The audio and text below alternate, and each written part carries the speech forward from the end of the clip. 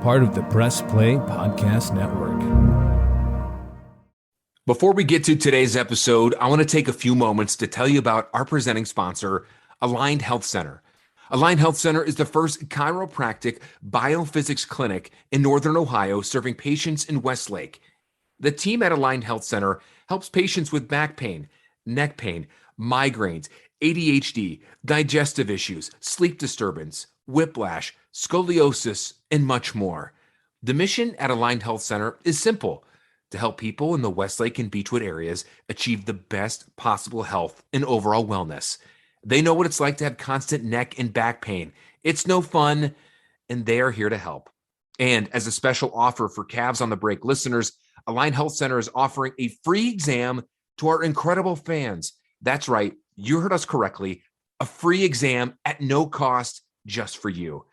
Call Aligned Health Center at 440-230-6865 or visit their website at alignedhealthcenters.com to make an appointment and to learn more about how Aligned Health Center can help you. Mention Cavs at checkout to receive the free offer.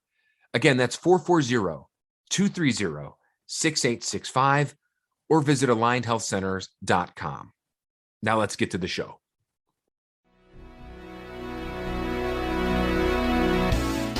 Iguodala to Curry, back to Iguodala, up for the layup. Oh, blocked by James. It's over.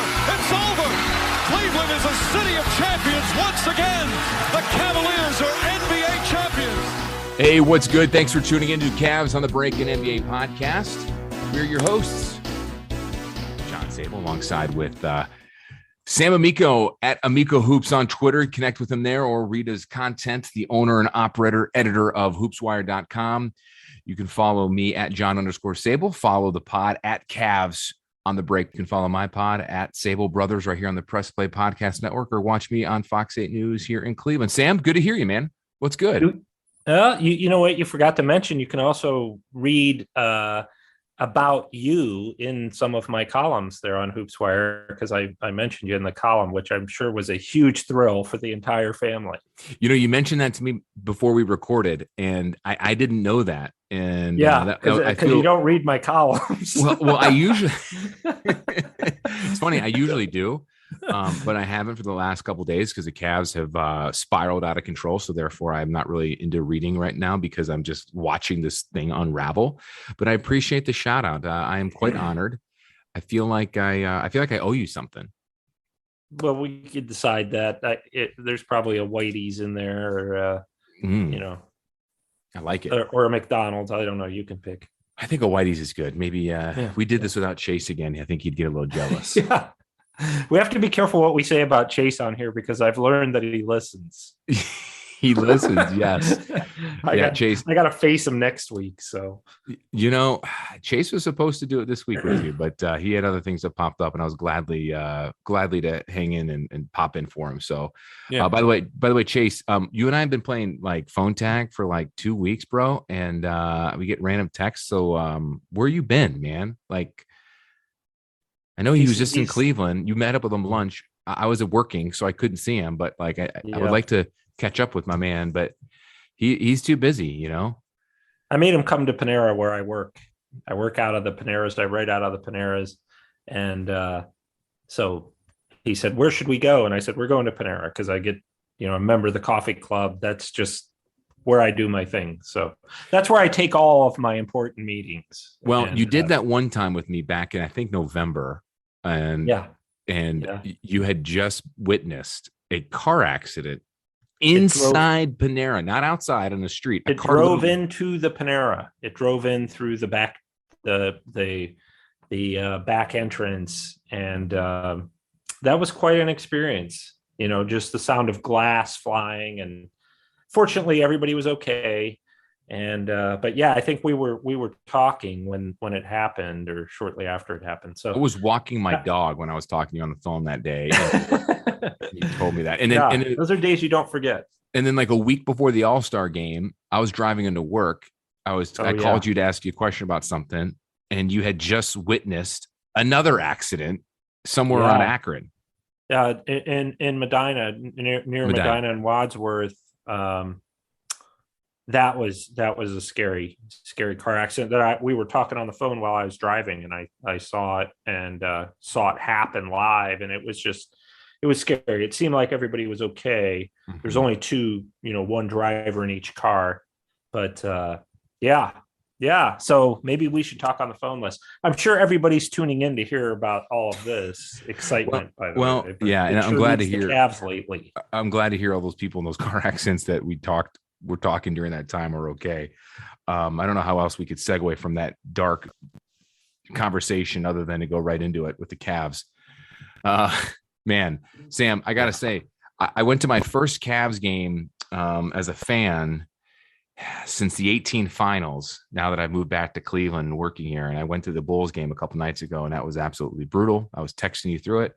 I went with a couple buddies of mine, and man, it's been a tough sledding for them, because ever since then, the Cavs, they beat Orlando, then they've lost to Dallas, and tonight, as we record this on Thursday, March 31st, they lost to the Hawks in a absolute dismal performance. Now, we say all this not to rip the team, because we know what's going on with them. They are losing players left and right. They're limping into the playoffs, and when I mean limping, I literally mean limping.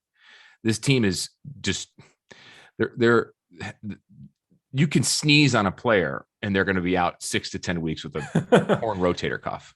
Yeah. I mean, the injuries are just out of control.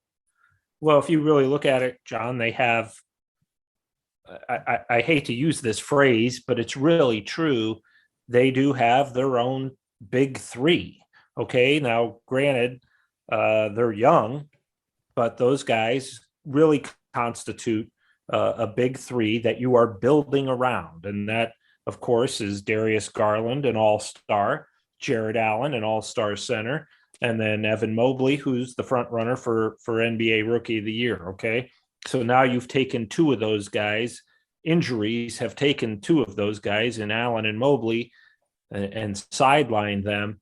And that leaves you with Darius Garland and role players. Okay. Yeah. Now, that's not, it's calling people role players isn't an insult, but that's really what they have. And they're nice role players. Don't get me wrong, the rest of the team, but role players aren't going to carry the day. Okay. I mean, we've seen that, especially at this time of year when teams, this Eastern Conference race, I've been doing this 20 years. This Eastern Conference race is the closest I've seen this late in this season, where teams 1 through 10 really are still working to position themselves and can potentially position themselves not only move up a spot to say 4 to 3, but can move up in this case 4 to 1. One can fall to 4. It's crazy. And then it's the same way 5 through 10, where now we're getting a better idea who's going to finish where, but we still don't know. And these last 5 regular season games, not just for the Cavs, but for the Raptors, the Bulls, the Hawks, the Hornets, all of these teams really in the 5 through 10 range, they got to take care of business in these last 5 games. So unfortunately for the Cavs, as I said, you're missing not only 2 of your big 3, but the 2 tall ones, 2 7-footers who really make an impact defensively. Both are underrated in the impact that they make offensively.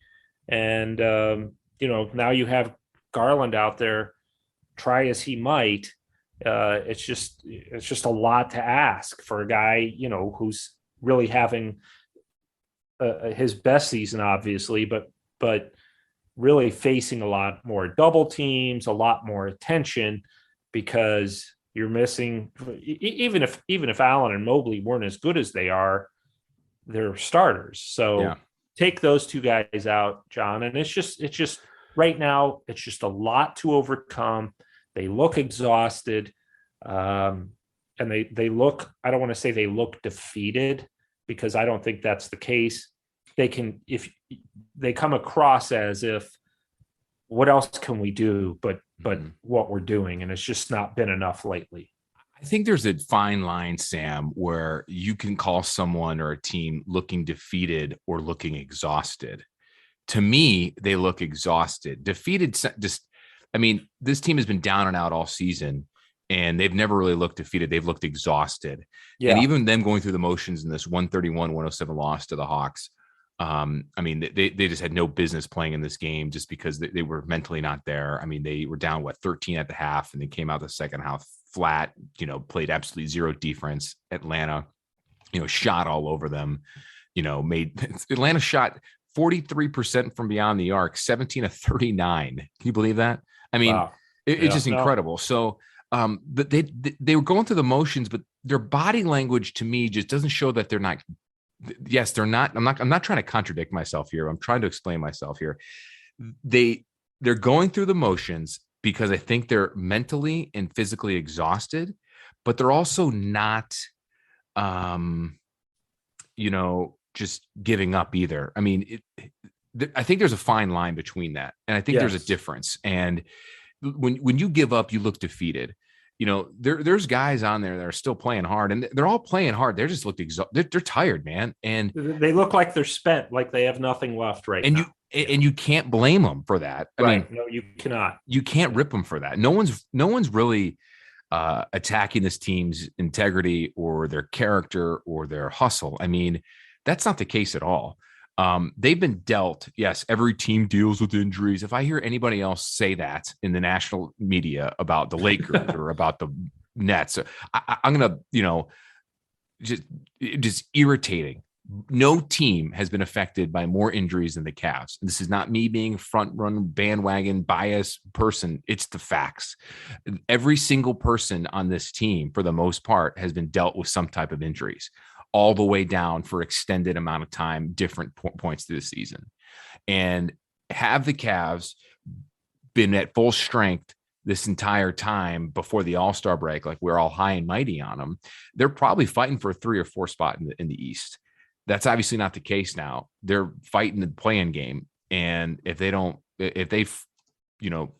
don't know, we'll talk about the play-in game here in a moment.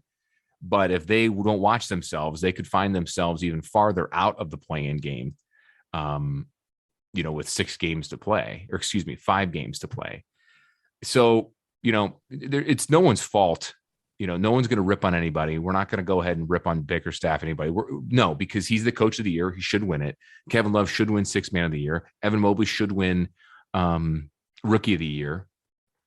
So it's just a recipe for disaster in terms of what's happening based on the injuries. And there's nothing else anybody, what, you can bring in Red Auerbach from the grave and he's not coaching this team to the NBA championship. It's just not happening. Well, yeah. You know what I mean? I think that right now there's really no one to blame. I'm with you on that. Other than, the timing of these injuries, but to your point, how many teams in the NBA could take their leading scorer off their team from last season and have the type of year that the Cavs did? Because don't forget, Colin Sexton led this team in scoring last year, averaging 24 points a game. You removed him after 8 games for the season, or you didn't, but injury did. Right. I know you mean. And yet they continued to fight. Then you lose Ricky Rubio, to the similar injury. And he was such a huge part of everything they were doing, averaging a career high 13.1 points, just really just settling down the offense. And then you lose him, and then you've had multiple times where you've had Mobley out for various reasons with injuries. You had Okoro, who's, underrated in the role that he serves. You had him out for a while, and I'm not going to name them all because just about everybody suffered. And Markkanen, LeVert right after the trade, or right after the All-Star break. And then obviously Darius Garland's been in and out with back issues or had been. So it's really been, like you said, something that, yes, I know that the Nets had a lot of injuries and they made the trade and they still haven't got Ben Simmons in the lineup. So a lot of teams have dealt with it. The Lakers, we hear about Anthony Davis and LeBron coming in and out all the time. But to me, when you talk about a team that was very clearly on the rise and still is, the Cavs still are, but the season that they were having, like you said, you would think that they would be in the mix for, at worst, the number 5 seed heading into the playoffs, because that's where they were when they were totally healthy. So The culture's good. The culture's strong, and that's what matters, because it's never really been about this season anyway. I think that they've made greater strides this year than they anticipated, and I think that you really have something to build off of, and you don't need to hang your head right now because you're probably not going to finish real strong. But Allen and Mobley supposedly could be back for the play-in tournament. You win that game and you're in, so at least if you finished in the top 8, right now, unfortunately, they're matched up with the Nets in the first game of the play-in tournament. That's not ideal. So, right. So, but it would be better to play the Nets. Let's say you lose, and then the Hawks and Hornets would have to battle it out. And let's say the Hornets win that game, you get them, and you win that game, you're in. So if you have Mobley and Allen and Garland, those 3 being the key guys that you want out there for sure, and then the other guys fill in nicely around them. And I mean, we haven't even mentioned Dean Wade, which is obviously not a huge deal, but he was a very nice role player, has been a nice role player for them, and now he's out for the season. So there's been a lot working against them. And I think at this point, like you said, they're just exhausted and they need some help. And hopefully that help will be on the way. If not before these 5 games are up, then certainly for the play-in tournament. Yeah. And you know what? I want to get in on the Mobley and Allen point here in a moment. I also want to get in on the up-to-date standings. Before we do, I want to kind of go back to this game here against the Hawks, where the Cavs got blown out again, 131-107. Sam, they, it just was a dismal game. I'm not going to go deep into it. It's kind of pointless at this point in the stage, because they got to turn around and go. They're on the back end of a back-to-back against Dallas on Wednesday, and then they head to New York for a rare matinee game there at 1:00 in the Garden. But you talk about a team that, to my point, where they're not defeated. When you hear JB Bickerstaff's post-game press conference, I want to play about 50 seconds of it real quick for you.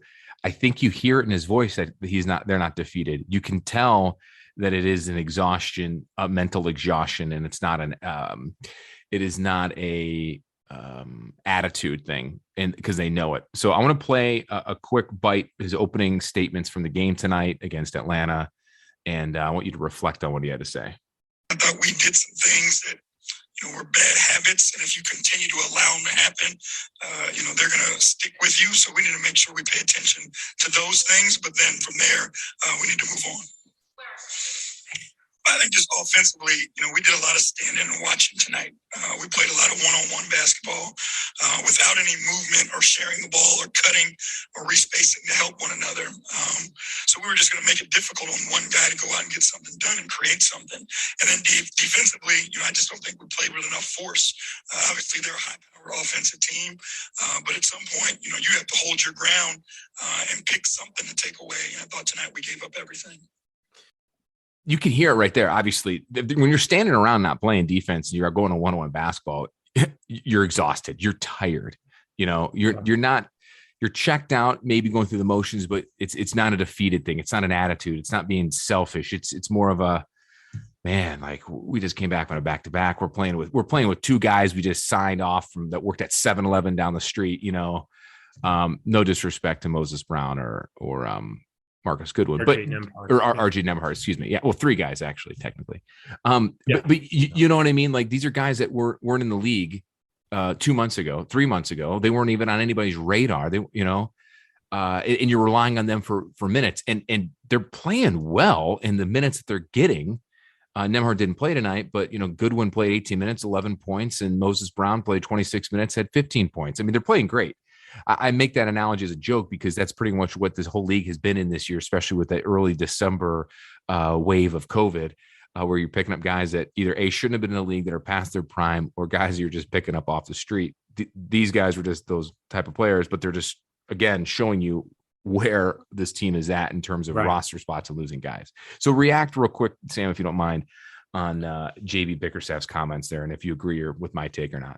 Well, yeah, I would say that I agree with everything, particularly the ball has not, if you've watched the offense, and that's where I say that Mobley and Allen are so valuable. We only think of them, particularly Allen, in terms of defense, but really the offense has really been greatly impacted for several reasons. One, I'll start with Mobley, is that he's an excellent passer, an excellent facilitator for a power forward. You know, he sees the floor. He usually makes the right play. We've heard, you know, Austin Carr and Campy Russell on the broadcasts have talked all year about how this guy is not your typical rookie when it comes to his knowledge of the game and ability to make the right play. Whereas a lot of rookies, you know, takes them some time to adjust to the speed of the game. Mobley has been able to, as a young guy, be able to see the game kind of as it's almost in slow motion. And he's so valuable offensively. Even when he's not scoring a lot of points, he's making the right plays, keeping the ball moving. And then you think about Jared Allen offensively, you know, so much ability to set the screen, roll to the basket. Darius Garland's always been throwing him those lobs. You know, we saw that earlier this year. His presence on offense is greatly missed. So that's a big thing that Coach Bickerstaff talked about that I think is right on, is the fact that offensively they have been doing a lot of standing around, kind of watching Darius try to make something happen. And there's not been a lot of aggressiveness. Obviously, that's not the biggest problem. The bigger problem right now is defense. You're missing your rim protectors. You know, you're missing Allen at the basket. You're missing Mobley at the basket in terms of not only against opposing big men, but keeping opposing guards kind of hesitant to drive to the basket because those two big guys are waiting for them. But what I will say is I agree with JB Bickerstaff in the sense that they're not playing with enough, and I like the use of the word force when it came to defense. They're really not. They're not being physical enough for this time of year, because this is when veteran teams know the tricks of the trade and know what they can get away with physically in terms of, you know, just putting a body on the opponent and, you know, just being more physical and more aggressive. And the Cavs have not, the guys who are on the floor have not picked up on that yet. So that said, that makes it difficult right now. And we've seen the results, and, you know, hopefully they can kind of get back, because they are determined. They do want to win. I think that they still believe, but they got to get a win just so that they can kind of say, okay, now we can reset after this win. Yeah, absolutely. Because there is still fire left in these guys. They're still confident. You know, they know what they need to do. You hear Darius Garland talk about it. You hear Lamar Stevens talk about it after that Bulls game and after that win against the Magic. And even if you go back to the loss to the Raptors on last Thursday, the 24th, when they both talk about playing tight, and they feel that playoff pressure. They feel that they're looking at the standings a little bit. And obviously this is before the Mobley injury, but you know, easier said than done, but everyone is aware of it. They've got a tough back end of the schedule here, but they need to at least salvage some of these games to, if anything, to boost some of their confidence. You think about it, Sam, it wasn't too long ago when we were talking about on this podcast, and when we had our podcast event at Whitey's in Richfield, when the Cavs were about I think it was like a week to 10 days before the All-Star break in February. They're a half a game out of that number one seed. And then, and that was after Sexton and Rubio got hurt. And then Garland got hurt. Then Caris got hurt after the trade. Rondo got hurt. Wade got hurt. Allen got hurt. Mobley got hurt. And then they've been on instead of a avalanche in terms of a collapse, not in terms of the points or epic runs that they've had. And, it's just a tough way to go. You've been on record even during the hot stretch where you were saying, this is all great.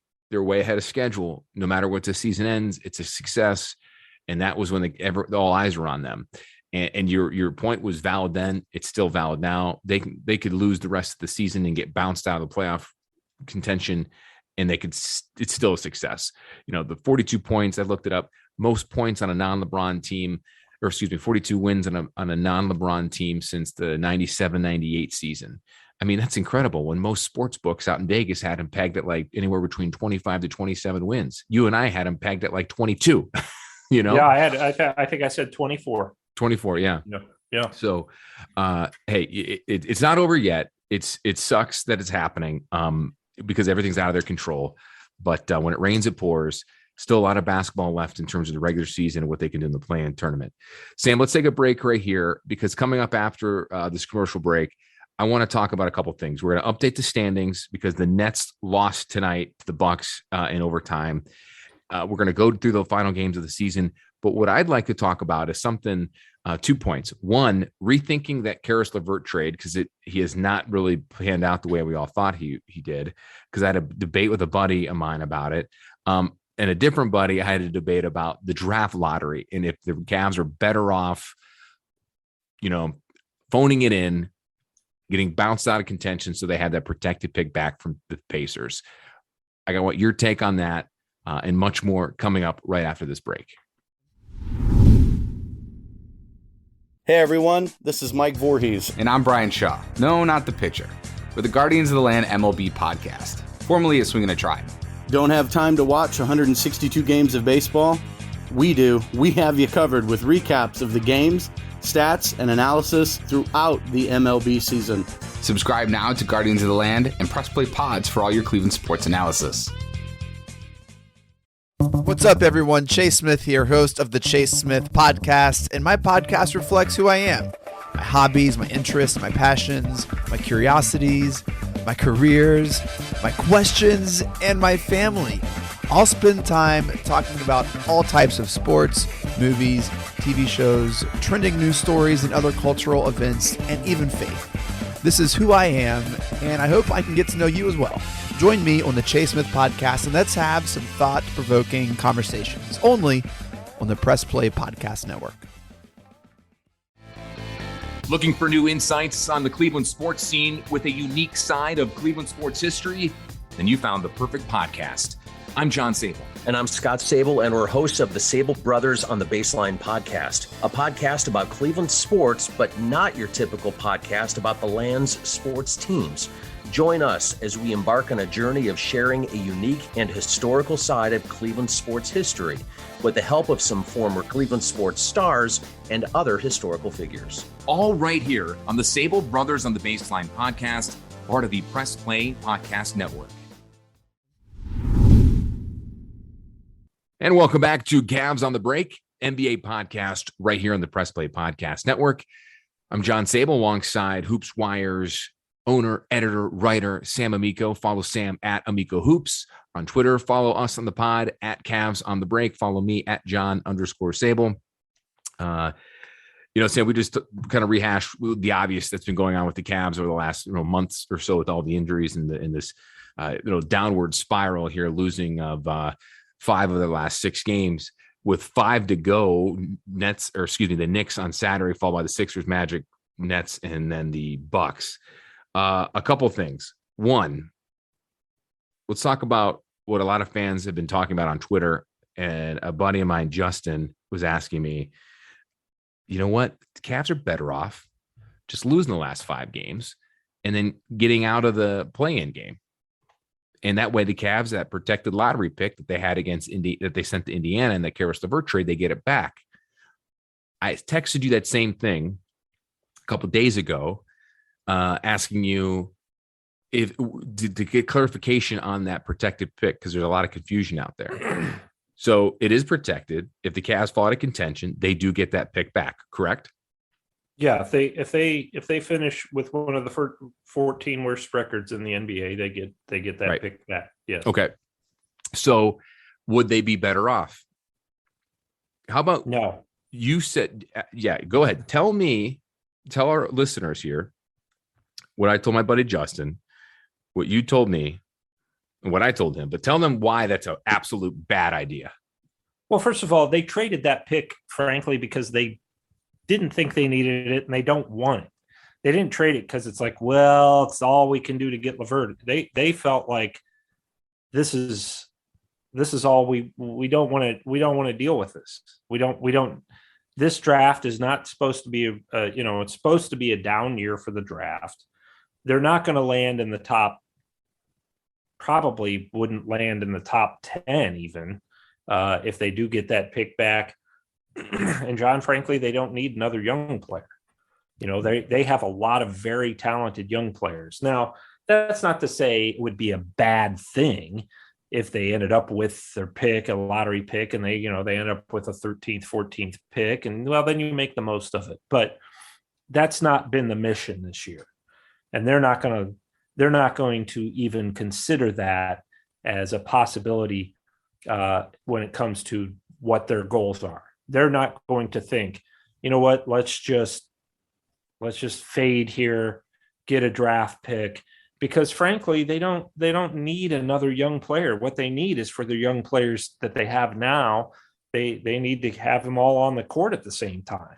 They could draft somebody at 13 and 14, somewhere in that range, 12, 13, 14, who might never see the floor next year, because they're so loaded with young talent. So, I mean, there are some things to consider when it comes to the draft, but I could tell you this, the Cavs will be wildly disappointed if they end up, and this isn't a big secret. They don't want to be playing the lottery this year.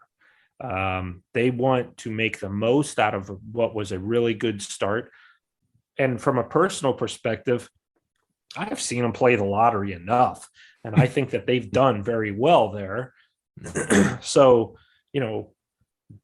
win as many games as you can, get into the, you're probably not going to get into the top 6 seeds. Okay. But get into the play-in tournament, win a game, and get some playoff experience. And if you want another young player, go out and trade for one. Go out and trade for one who's played in the league. They don't need another guy that they're going to bring along. And I mean, who are they going to draft at 12, 13, 14? It may be somebody who's no better than, and this isn't an insult to the guy, it's a compliment. It may be somebody who's no better than Brandon Goodwin. It may be somebody who's no better than Moses Brown. If you get really lucky, it could be, but these are guys who have NBA experience. So I just don't think there's any point in thinking we got to play the lottery. Now, it may work out that way. I doubt it, but it could, where they end up with one of the 14 in the second lower half of the overall NBA standings. And sure, then make the most of your pick if you get it, but don't set your sights on that with 5 games left. I think that'd be kind of silly. So the lottery put them at the top 10. That's top 14 or top 14. Excuse me. Yeah, I'm looking at Yeah. the top. I'm looking at the 10 teams currently eliminated from the playoffs. So I thought of 10, the top 14, and I'm not going to act like I know all these players in the NBA draft, but everything that I've read, just because I like reading about the NBA, and of course I like reading on hoopswire.com, except the last few days when you gave me shout outs. I like the disclaimer. Yeah. Especially, despite when you've given me shout outs in the columns and I didn't see it. You write about the draft, you write about, this is going to be stocked with talent, yada, yada, yada. And it's just not. This is going to be a very weak draft.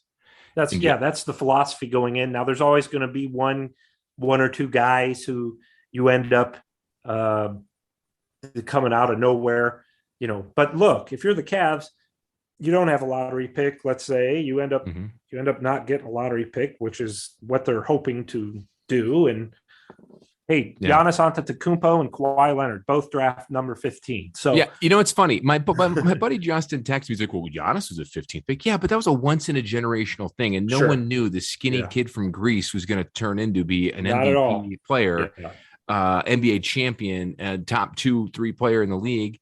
It's just a silly excuse. Sorry, I mean a silly example because there hasn't been enough talent in the back end and middle round of that draft just recently. I mean, recently in the last, few years that have really gained any momentum to want to be there because the drafts lately have been very front loaded. They haven't been very deep in a lot of different ways. Yeah. I had one scout tell me probably 2 or 3 weeks ago, said that this entire draft, they're kind of viewing it, not the Cavs, this guy's team are kind of viewing it as, an entire draft of late first round talent and second round talent. So there's not a lot to get real excited about. Right. All right. So that was point number 1. And I completely agree with you. And plus the other thing is we didn't talk about is you go in the play-in game and you get swept by Brooklyn. That's good. I mean, it's not good in terms of it's not good because you want lose. that experience. That experience is much more valuable to a younger team than bringing in some 6'5" guy from Vanderbilt or whatever. No offense, Darius Garland, but you're just better off. It's a better learning experience for you to go into the playoffs, lose, even if you get swept, to play for something. This team needs to continue to feel like the organization wants to play for something, and the organization very much does. Totally agree with you. Doesn't matter the sport. My 15 years covering professional sports or in sports broadcasting could be baseball, basketball, football, hockey, even college. Coaches will tell you need playoff postseason experience, no matter if you're projected to go far or not, because that is invaluable experience. You can't coach that. You can't replicate that in a practice. You can't do anything. That alone is going to help you in more ways than one, especially if you're a very young team. This knock on this Cavs team, when they were even healthy and clicking, is that they were young. We always talk about it. They're young, the young and dumb thing. They don't know what they don't know.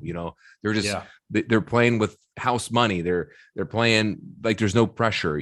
And okay, so but there's no experience when the times are rough for them to persevere. Hence why you need that playoff experience. JB Bickerstaff talks about that all the time. The reality is what he says. And the reality is we have not experienced, we're a younger group and we haven't experienced some of these bigger games, like say the Atlanta Hawks, who were in the Eastern Conference Finals last year. Yeah, people forget about that. So, or the Dallas Mavericks that they lost to the night before, who have been in a lot of big games. The Mavericks are fighting for playoff position themselves in the Western Conference. So the Cavs just don't have that experience. But you get into the playoffs and get that type of experience, and then you realize, how we have to play in these type of situations. We're more confident because we've been in that situation. It helps immensely. And you're right. That is universal, sports wide. It's not just the NBA. It's every sport anywhere.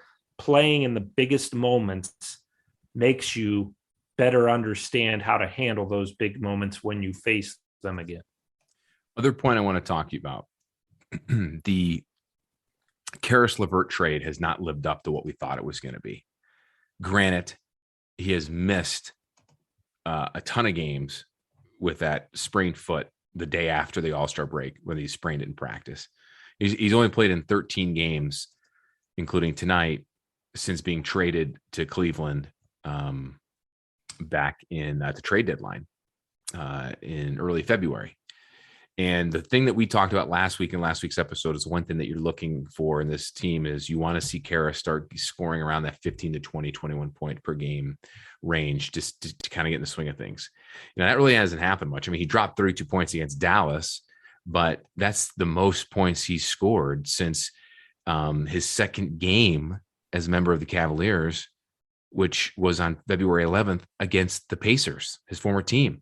He hasn't, he's only averaging in his granted, it's a small sample size. In 13 games, he's only averaging 13.8 points a game, so 14 points a game. I don't think his foot's healthy. He'll never admit that it's not. He's not going to make excuses. But B, the more glaring issue is the chemistry. There is no chemistry with him, and this is in defense to him because everyone's been hurt, and they haven't had the whole unit on the floor. And his play and his skills have not been really being able to, it hasn't really been meshing well on everything. So he has a tendency to go more one-on-one ISO ball, which can hurt him. And that's actually a knock on him in general, even with his Brooklyn days and then the Pacers days. But still, revisiting that trade, Sam, looking at it now, with all that being said, you still make that move? Yeah, I still make the move because they didn't really. I mean, you gave up Ricky Rubio, who was done for the year with his knee injury, so you didn't lose that. You did give up your pick at the time. You're assuming, at the time you made that trade, I think the Cavs would have been drafting like 22nd or 23rd. Yeah. So based on their record, and now it would be at like, assuming they go to the play-in tournament and they get bounced, it's somewhere going to be between 15 and 11 and I would 16. say in the middle of the first round. Yeah. Yes, probably I would say about 17. Sure. And that's okay too, because whoever you get at 17 or 15 probably isn't going to be as good of a player as Caris LeVert. I think that the foot injury really set things back. And then, as you mentioned, he comes back and then you lose your two best big players in Allen and Mobley. And when he came back, he was coming off the bench. He's kind of working his way back in. I just think it's not only Caris LeVert getting adjusted to his teammates and his coaching staff, but they're also getting adjusted to him and figuring out how best he fits, how best to use him. And you're doing it when he may not, like you said, he may not be completely healthy.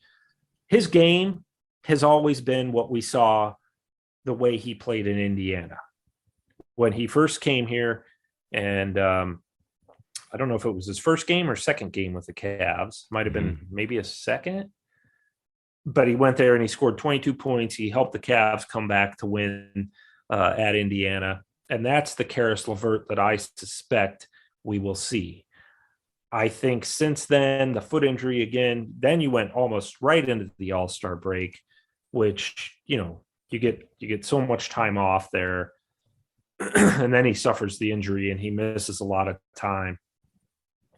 I just think that we need to wait to judge that trade based on next season. That's not something that's a strong point of fans and some media, having some perspective and having some patience, because really, and I think that we see Jared Allen, even how much he has improved in terms of fit just by getting in a full training camp. Mm-hmm. And I try to never judge a player and his fit with his new team until he gets in a full training camp, because that's when they really feel like I'm really entrenched as a Cleveland Cavalier or whatever team you're playing for. So I would just wait to reserve judgment on that deal. I still think it was a good deal because you have Allen and Mobley back, and then you have Darius Garland, still healthy, staying healthy. And then you have LeVert and Markkanen, and you really have five guys who are capable of hitting the 25 to 30 point range on any given night. So I just think we can't pass judgment on what they're doing without two of their big three. And I think LeVert's going to be a nice player for them, and this trade will look really good once he and the team have more of an opportunity to get acclimated to each other. And I agree completely with everything you're saying. I think it's too early to judge that. I bring that up because you see, and you love Twitter, Sam. Let me tell you, I say it's the second worst place ever. Second behind hell is first, and With hell only beats it by like a whisker. But yeah, but anyway, I do like interacting with fans and all, so I don't want to downplay that. But the people who aren't fans, who are just on there just to cause trouble, yeah, I could live without them. What about when they hack your account and make you a skull too? Yeah, that's not so bad. I got a couple days off. There you go. But you see people on Twitter, Cavs fans, debate this stuff, which is silly, but sure. It's a topic of discussion with some media members too, other writers and everything. And it's not necessarily they believe it. They're just writing topics as the right topics, and it's totally fine. It's all fair. I totally agree with you what you're saying. You can't judge that trade now. You got to give them more time. A friend of mine, same friend of mine that brought up the whole lottery fiasco, brought up a point, and we talked about this particular player when the Cavs were talking about trading guys around the deadline. The Buddy Hield, would Buddy Hield make an impact on this team? I think the reason why, and what we talked about before, was the Cavs didn't want that extra money. They didn't want to spend the extra money because he's owed more, and he's locked in long term. I think there was a chemistry issue there. I know he's a better shooter, but I don't know if that would mesh well with the current big lineup.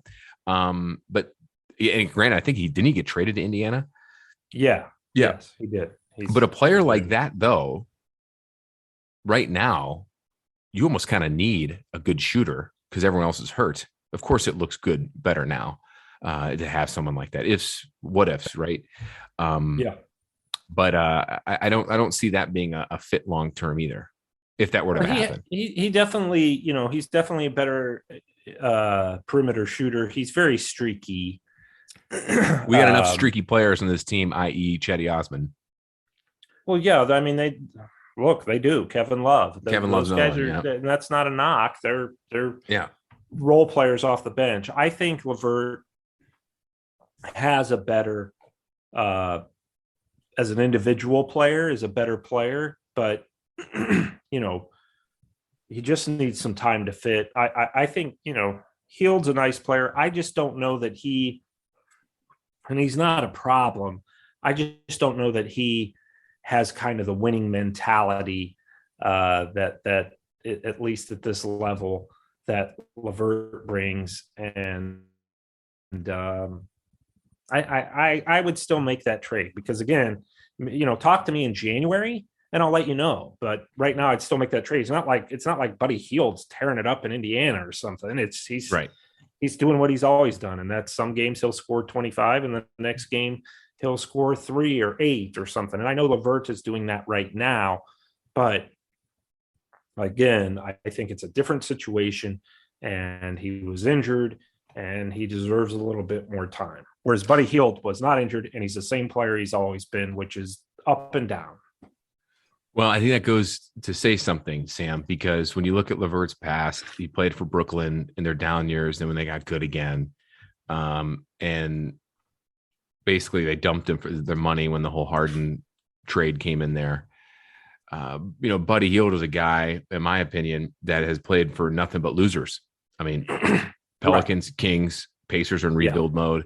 It's not his fault, but you want someone to have at least a little bit more experience.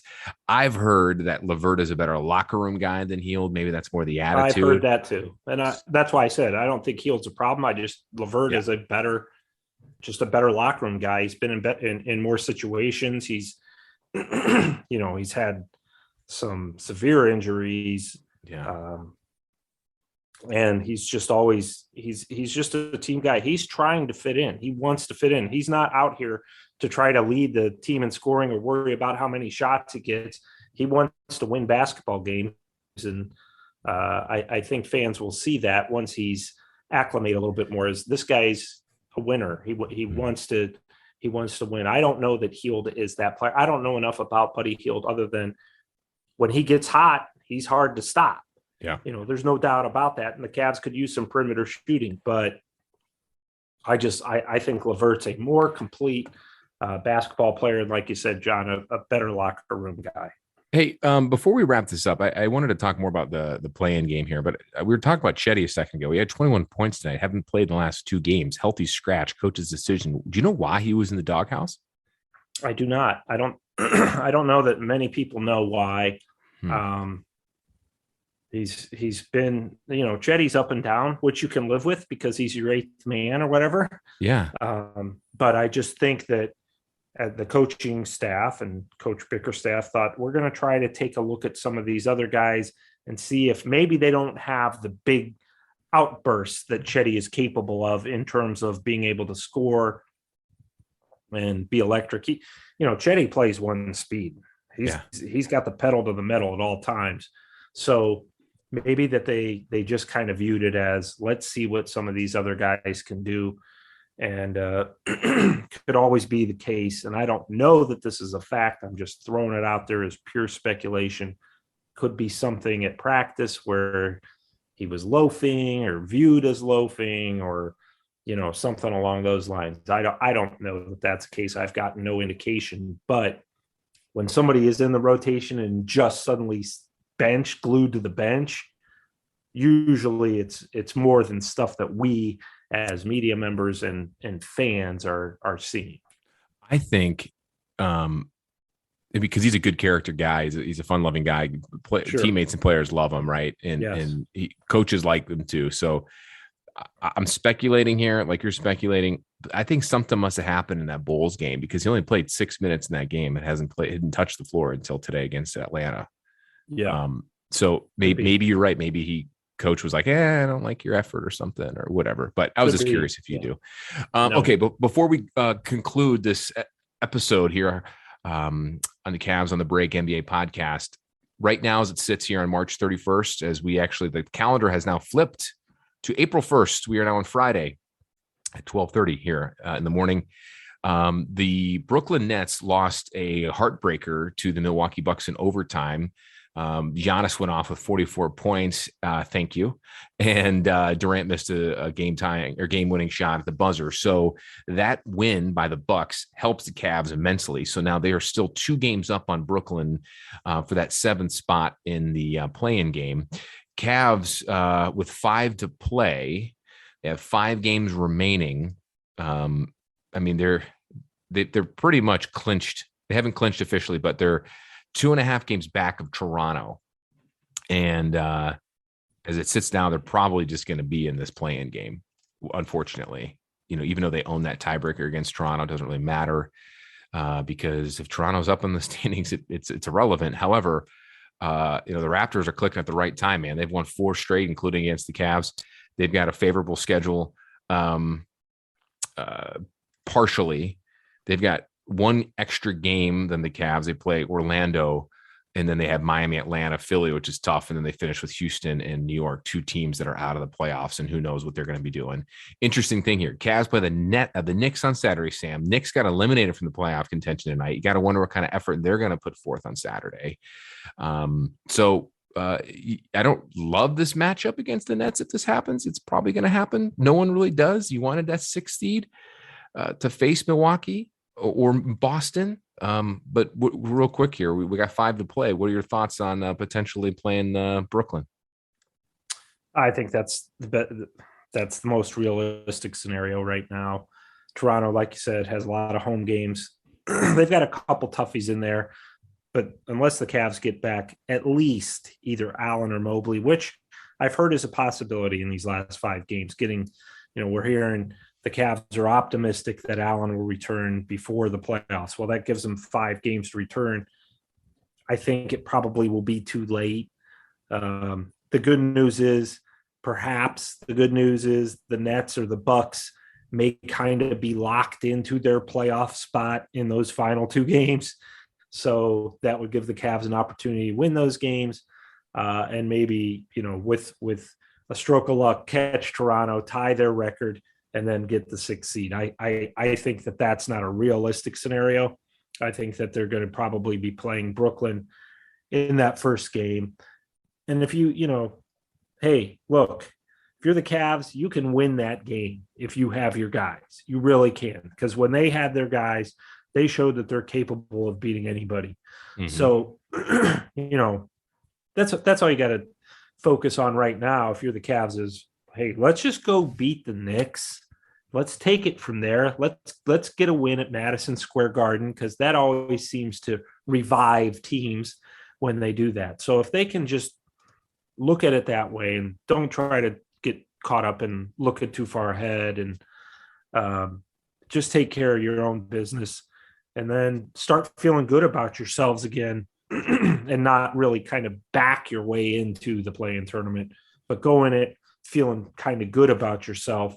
Then anything can happen. And look, this team has shown they're capable of, if they get things corrected, they can go on a nice little run, and this would be the time of year to do it. So, and John, we've said this a million times, even if they go in the play-in tournament, they don't get, it'd be disappointing if they get knocked out of the playoffs and aren't able to participate in a 7-game series.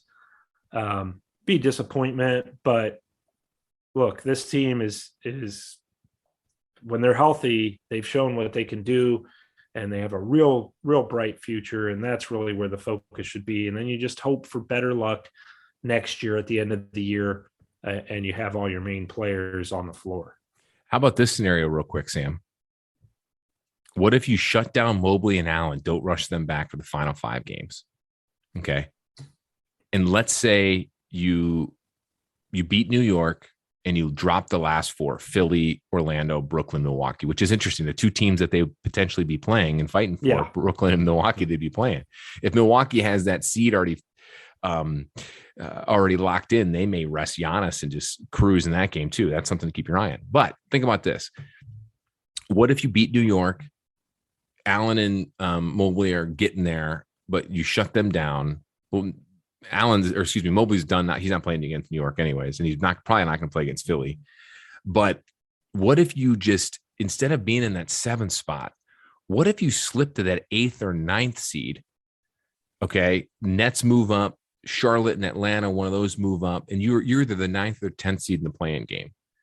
Okay, and you're going to face one of those teams, and easier game, winnable game. Sure, you beat them. Then you bring Mobley and Allen back in the first round. Now you're not playing Milwaukee or Boston that would either be the 2 or 3 seed because they keep flip-flopping. Now you're playing Miami number 1. I mean, Miami's tough, don't get me wrong, but I like I don't mind that matchup more so than I do against Milwaukee when you have your bigs. Yeah, sure. What are your thoughts on that scenario before we finish this? Well, I think that, you're going to be cautious with Allen and Mobley for that reason, because you're hoping to have them for the play-in tournament. That's when you really want them. I think that you might bring them back a little bit early, just so that they're not coming back in the biggest game of the year. Yep, great point. Bring them back for the Bucks or the Nets. They're one of those last 2 games, just even on limited minutes, so that the pressure's off. Like, well, now you're back, and now we're playing the biggest game of the season against either the Nets or the Hawks or the Hornets or whoever. So, here we go. I think that I would like to see them get a game under their belts before they play in the play-in tournament, if possible.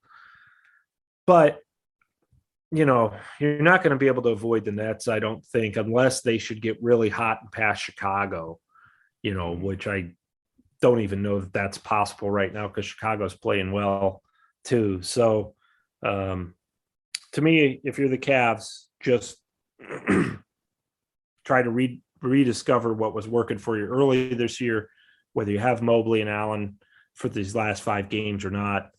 Just try to find that determination and that will that, yes, we can, and we're gonna, and if you can win 2 of these final 5, feel pretty decent about yourself going into the play-in tournament, and you get the good fortune of getting your 2 big guys back.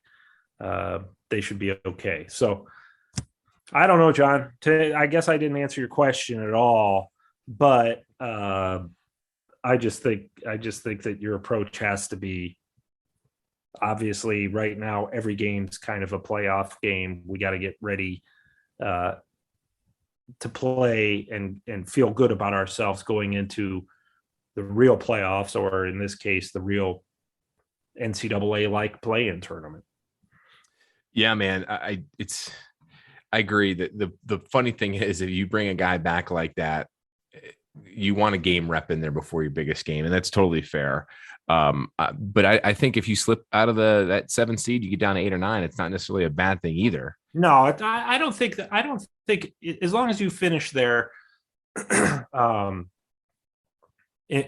long as you're in the play-in tournament, the seeding really doesn't matter that much in the play-in tournament. Just get in it, win your games, and get into the regular playoffs. That's, when you're in the play-in tournament, that's what it's all about. And as far as the seeds, who really cares? You may have to play the Nets either way, so I don't think it matters much. And the Cavs will be going to the playoffs no matter what. They haven't clinched a playoff spot yet, but they're already going to be a play-in. Yeah, they're going to a play-in tournament. Yeah, play-in game for sure. So, all right, man, they'll wrap it up here on this finely tuned edition of Cavs on the Break at NBA podcast. We want to thank you guys listening out there. If you haven't already, smash that subscribe button, and you can get updates on your phone via Apple or Spotify. A big shout out to the Press Play Podcast Network for making this happen. And thanks to our friends at Aligned Health Center for sponsoring this show. If you haven't already, head on over to alignedhealthcenters.com for any of your health issues there. Sam, this has been real.